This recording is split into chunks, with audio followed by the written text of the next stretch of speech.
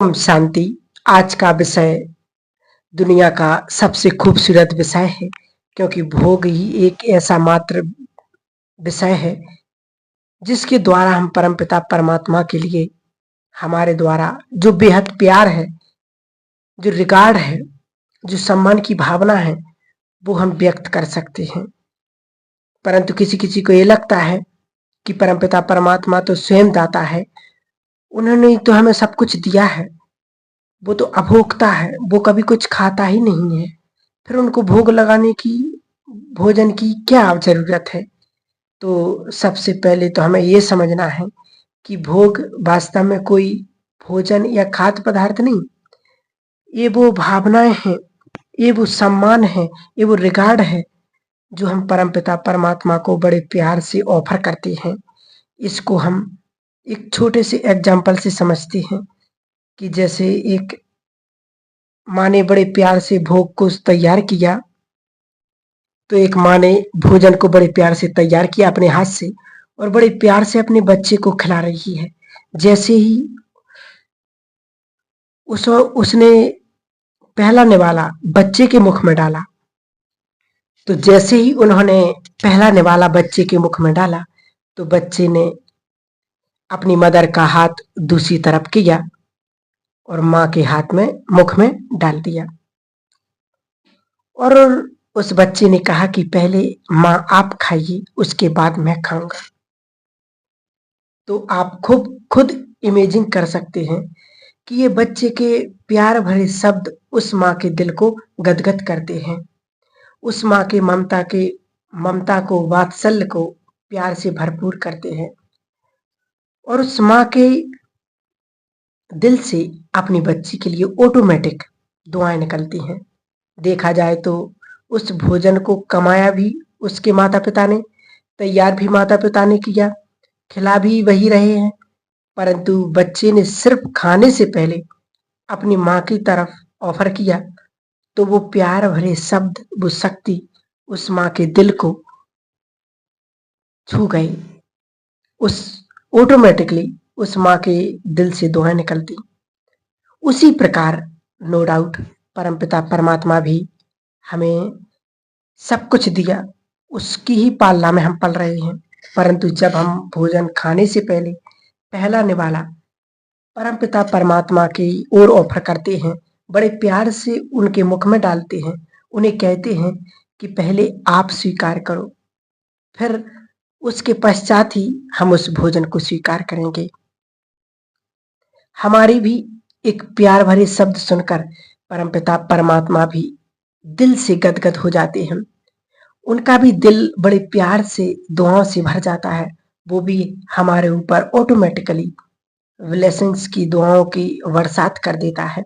तो परमपिता परमात्मा से दुआएं लेने का सबसे सुंदर और उत्तम तरीका है परमात्मा पिता को प्यार से भोग स्वीकार कराना।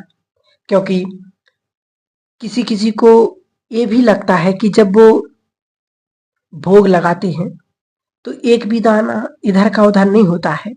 सचमुच हमारी भावनाओं में परमपिता परमात्मा तक वो भावनाएं पहुंचती हैं, उसको हम बड़े प्यार से एक सुंदर से सत्य अनुभव के द्वारा समझ सकते हैं कि जैसे हम भक्ति में भी देखा होगा कि जब सबरी ने बड़े प्यार से श्री राम के मुख में बेर डाले, तो लक्ष्मण जी क्रोध आ रहा था कि सबरी अपने मुख से झूठे बेर श्री राम जी के मुख में डाल रही हैं, परंतु राम जी को वो बेर नहीं दिख रहे थे, वो उन्हें ये नहीं दिख रहा था कि वो झूठे हैं, कैसे हैं। लेकिन श्री राम के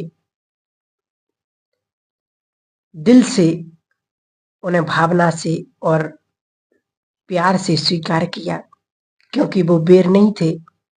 उसके पीछे की जो भावना थी, जो सबरी ने इतनी तपस्या की, इतना इंतजार किया था, वो सब उनको दिखाई दे रहा था। तब श्री राम जी ने कितने प्यार से उन बेरों को स्वीकार किया था। ऐसा ही एक सुंदर सा उदाहरण हम ज्ञान मार्ग पर भी सुन सकते हैं कि एक बार मनोहर दादी जी ने इस एक्सपीरियंस को उन्होंने शेयर किया कहा कि जब मैं एक बार मधुबन की तरफ आ रही थी, तो जैसे बहुत सारी माताएं भावनावश कुछ बाबा के लिए सौगात लेकर के भेजती थीं। किसी ने धोता, कुर्ता, स्वेटर बुनाई करके भेजी, कुछ ना कुछ अनाज, सब्जियां, मतलब जिसकी जैसी भावना होती थी छोटी-छोटी, हर कोई अपनी सौगात भेजता था इस तरीके से। तो एक माता ने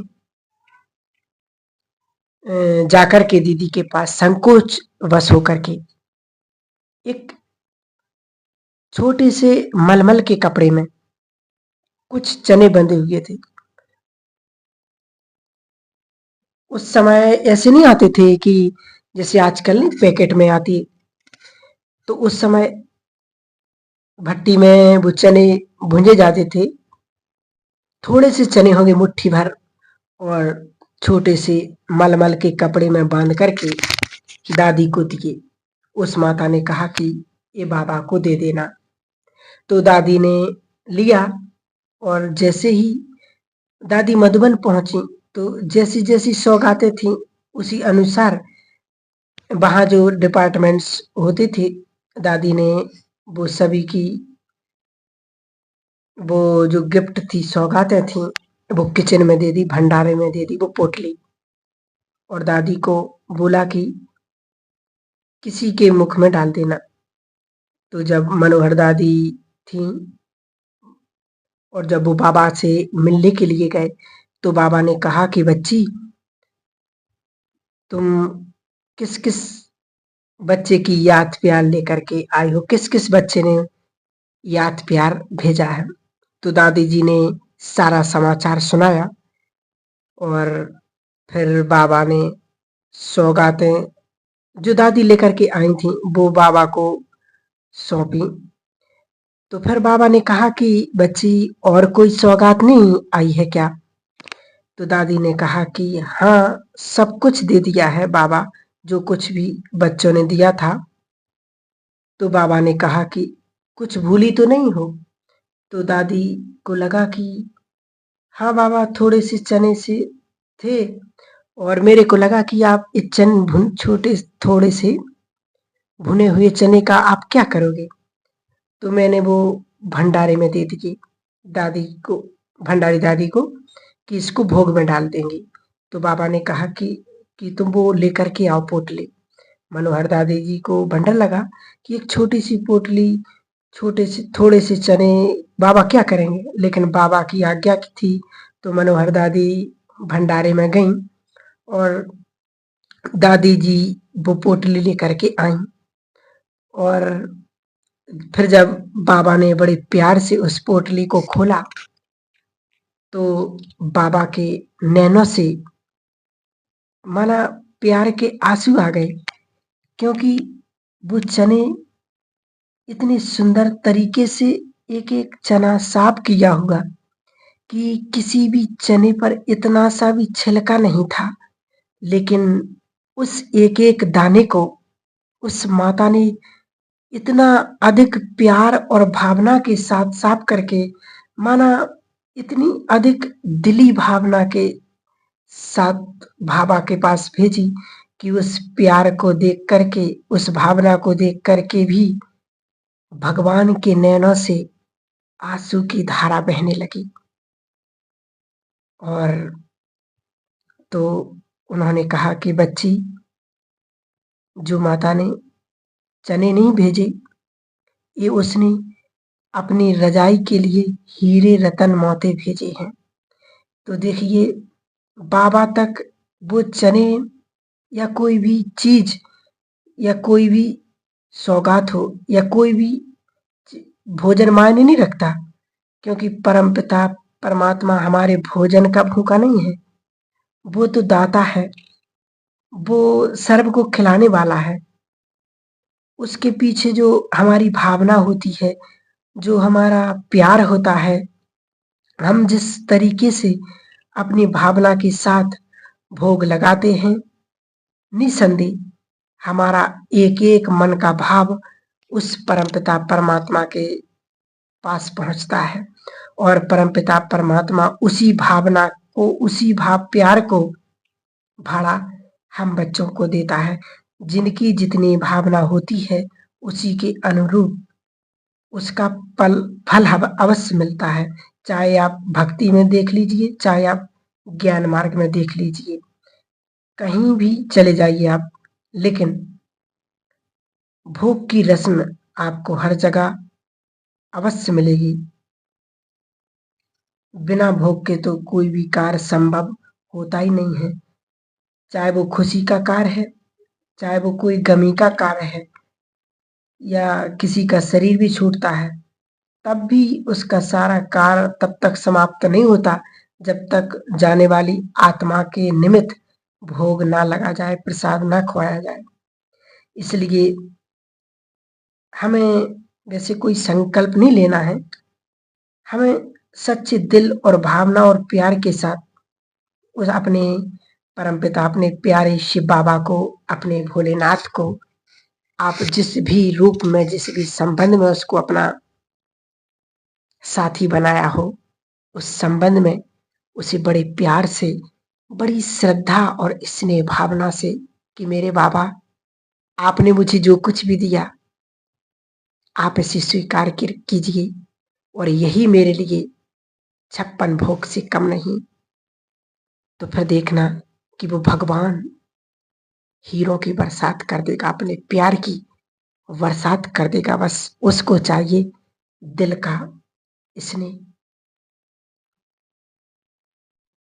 तो अपनी सच्ची दिल और भावना से अपने प्यारे पिता परमात्मा को भोग जरूर लगाना है। किसी भी दिन बिना भोग लगाए भोजन स्वीकार नहीं करना है।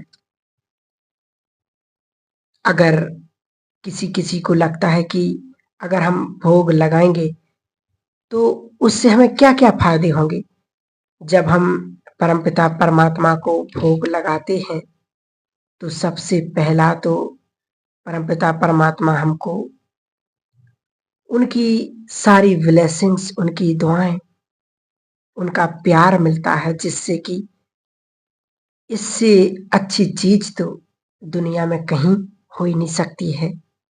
और दूसरा, जैसा कि कहावत है ना, हम सब ने सुना भी होगा कि जैसा अन्न वैसा मन। अगर किसी भी आत्मा का मन थोड़ा कमजोर है, या किसी की स्मरण शक्ति थोड़ी कमजोर है, या किसी के मन में चंचलता बहुत अधिक रहती है, या किसी का मन इतना अधिक पावरफुल नहीं है, उसमें सोचने समझने की शक्ति कम है, तो भी अगर आप उसको प्रतिदिन परमपिता परमात्मा को भोग लगा करके, क्योंकि वो भोजन क्या हो जाता है, हाई वाइब्रेशन वाला हो जाता है, उसके अंदर परमात्मा की पावर्स, एनर्जी, वो शक्ति मिल जाती है जो किसी भी मन को सुदृढ़ कर सकती है। और तीसरा, अगर किसी के घर का वातावरण थोड़ा ठीक नहीं है, आपस में स्वभाव संस्कार में टकराव रहता है, लड़ाई झगड़ा का माहौल रहता है, तो भी अगर उस घर में रोज प्रतिदिन परमपिता परमात्मा को भोग बनाया जाता है, प्यार से स्वीकार कराया जाता है, तो धीरे धीरे सभी के मन में प्यार की भावना उत्पन्न होती है और सबका आपस में प्यार होना आरंभ हो जाता है। वो घर का वातावरण बहुत ही सुंदर और शुद्ध होना हो जाएगा। तो इसकी कितनी सुंदर बेनिफिट होती है, क्योंकि कहते हैं ना कि जैसा अन्न वैसा मन, और जैसा मन वैसा तन। अगर किसी के शरीर में बीमारी है, या किसी को ऐसी बीमारी हो गई है जिसका कोई इलाज भी नहीं मिल रहा है, अगर वो भी प्रतिदिन भोजन को चार्ज करके लेता है, माना परमात्मा को याद में बनाया हुआ भोजन खाता है, स्वीकार करता है, तो भी धीरे धीरे उसके रोग भीतर के मिटने आरंभ हो जाते हैं। उसके मतलब बहुत सुंदर एक्सपीरियंस है जो अलग से फिर शेयर करेंगे। तो परमपिता परमात्मा का सबसे सुंदर भोग लगाने का फायदा क्या होगा कि इस समय वो हमको मौका मिलता है कि जब हम अपने हाथ से उस परमपिता परमात्मा को भोजन स्वीकार करा सकते हैं। आई थिंक इतना सुंदर चांस मिलना ये सबसे बड़ी प्राप्ति है भोग लगाने की, क्योंकि इस समय ऐसा समय है जब हम चेतन में अपने प्यारे परमपिता परमात्मा को भोग स्वीकार कराते हैं और स्वयं परमपिता परमात्मा भी अपने चैतन्य ठाकरों को भोग खिलाता है। तो इससे सुंदर अवसर पूरे कल्प में कभी नहीं मिलेगा। इसलिए कभी भी एक दिन भी एक समय का भी भोग मिस नहीं करना चाहिए, क्योंकि एक समय का मिस करना माना अतीन्द्रिय सुख को खो देना। इतनी सुंदर समय को कमाई को खो देना। तो परमपिता परमात्मा को भोग तो अवश्य स्वीकार जरूर कराना है। अब प्रश्न ये उठता है कि हम उस परमपिता परमात्मा को भोग कैसे लगाना है।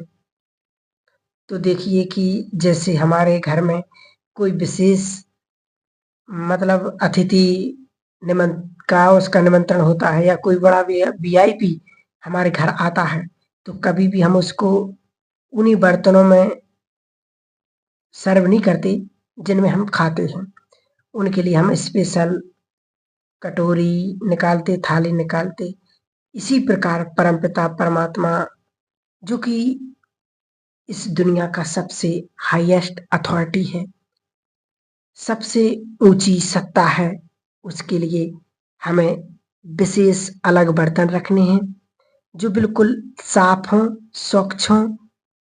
और उसमें आप क्या कर सकते कि एक थाली रख सकते, 2-3 छोटी-छोटी डिब्बी रख सकते हैं, एक छोटी-सी गिलासी रख सकते हैं। जैसे हम अपने घर में अपने बच्चों के लिए छोटे-छोटे बर्तन रखते हैं, ठीक उसी प्रकार हम परमपिता परमात्मा के लिए भी अलग से भोजन के लिए बर्तन रख सकते और फिर बड़े प्यार से हम परमात्मा को भगवान की याद में उस भोजन को बनाएंगे। तो कैसे याद में बनाएंगे? वो उस समय हम बड़े प्यार से परमपिता परमात्मा को सुंदर सुंदर गीत सुन सकते हैं, क्योंकि गीतों में भी वो रस होता है जिससे हमारे तार ऑटोमेटिकली परमात्मा पिता से कनेक्ट हो जाती है और वो शब्द वो बोल के भाव ऑटोमेटिकली उस भोजन में जाएंगे, जो उस भोजन को बहुत अधिक पावरफुल बना देंगे। और दूसरा क्या कर सकते हैं कि कोई भी एक स्वयमान की प्रैक्टिस कर सकते हैं। माना आप ये बोल सकते कि मैं परम पवित्र आत्मा हूँ। अगर आप 2-3 बार भी भोजन बनाते हैं तो भोजन में पवित्रता की पावरफुल वाइब्रेशंस जाएंगे और पवित्रता एक ऐसी पावर है जिससे सारी पावर ऑटोमेटिकली आ जाती है। तो इससे भी घर का वातावरण बहुत प्योर बनने लगता है और सबका मन शुद्ध और पवित्र और शांत बनना आरंभ हो जाता है। तो आप ये स्वयं ले सकते हैं। तीसरा आप ये ले सकते कि मैं इष्ट देवी हूँ और मैं स्वयं परमपिता परमात्मा की लिए भोजन तैयार कर रही हूँ। जो भी आत्मा इस भोजन को खाएगी उसके सारे दुख दर्द क्लेश सब मिट जाएंगे। जैसे देवियां सबको वरदान देती हैं, तो अगर आप इन भावनाओं के साथ इस भोजन को तैयार करेंगे तो निसंदेह जो भी इस भोजन को खाएगी उसके सभी कलह क्लेश दुख दर्द ऑटोमेटिकली मिट जाएंगे। ठीक उसके पश्चात जब आप बड़े प्यार से भोजन को स्वीकार करेंगे तो फिर उस थाली को सजाएंगे और बड़े प्यार से एक सुंदर सा रूमाल डाल करके भोजन को इसलिए ढक करके रखा जाता है ताकि उसके अंदर जो प्योर वाइब्रेशंस हैं, जो दूसरे वाइब्रेशंस उसके अंदर एंटर ना कर सकें, क्योंकि बाहर का वातावरण इतना प्योर नहीं होता है। तो इसलिए भोजन को ढक करके ही रखा जाता है।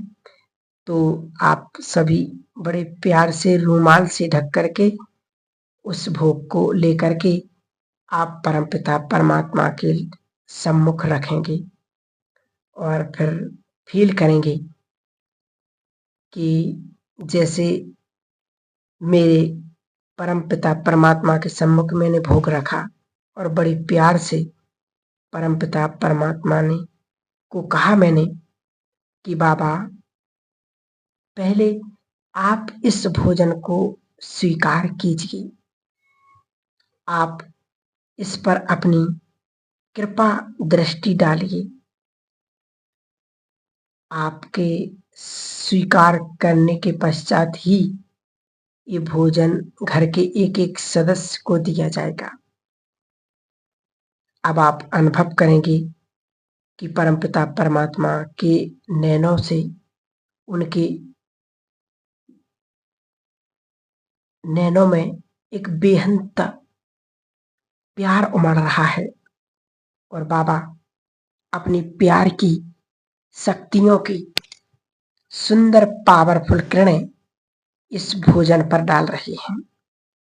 आप इस सीन को अनुभव करेंगे कि जैसे परमात्मा पिता के मस्तक से इन नैनों से पवित्र शक्तिशाली किरणें इस भोजन पर पड़ रही हैं और ये भोजन ये प्रसाद प्रसाद बन गया है, बहुत अधिक पावरफुल शक्तिशाली बन गया है। अब आप बड़े प्यार से अपने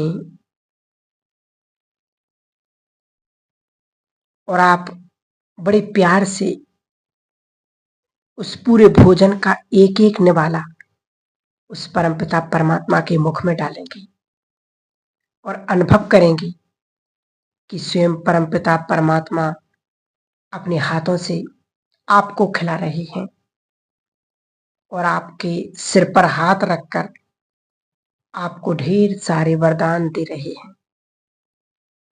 आप इस सुंदर सीन का बहुत प्यार और सुख के साथ अनुभव करेंगे।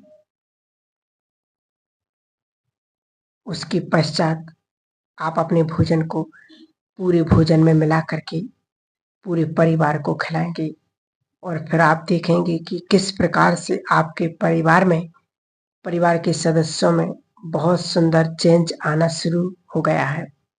आज से आप हम कुछ दिन करके देखिए, आपको यदि अच्छा लगे तो आप इसको कंटिन्यू कर सकते हैं, क्योंकि 101% ऐसा हो ही नहीं सकता कि आपको सुंदर, आई थिंक आपकी एक्सपेक्टेशन से बहुत सुंदर वाइब्रेशंस मिलेंगे, आपको वो सब कुछ प्राप्त होगा, ऑटोमेटिकली होने लगेगा। क्योंकि परमपिता परमात्मा को एक चीज है जो आसानी से ले जा सकती है और वो है भोग।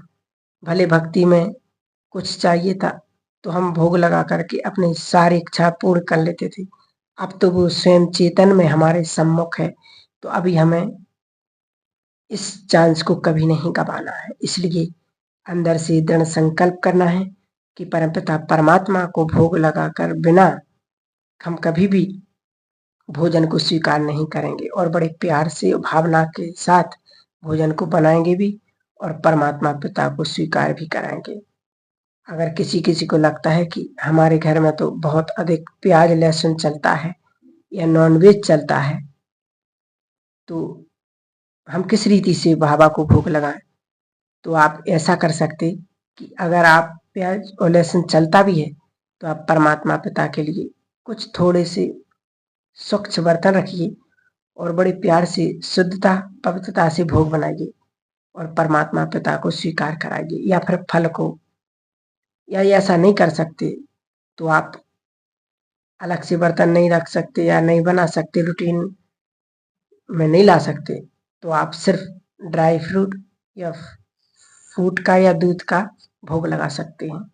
वैसे तो हमें करना चाहिए, यदि नहीं कर सकते, यदि ये भी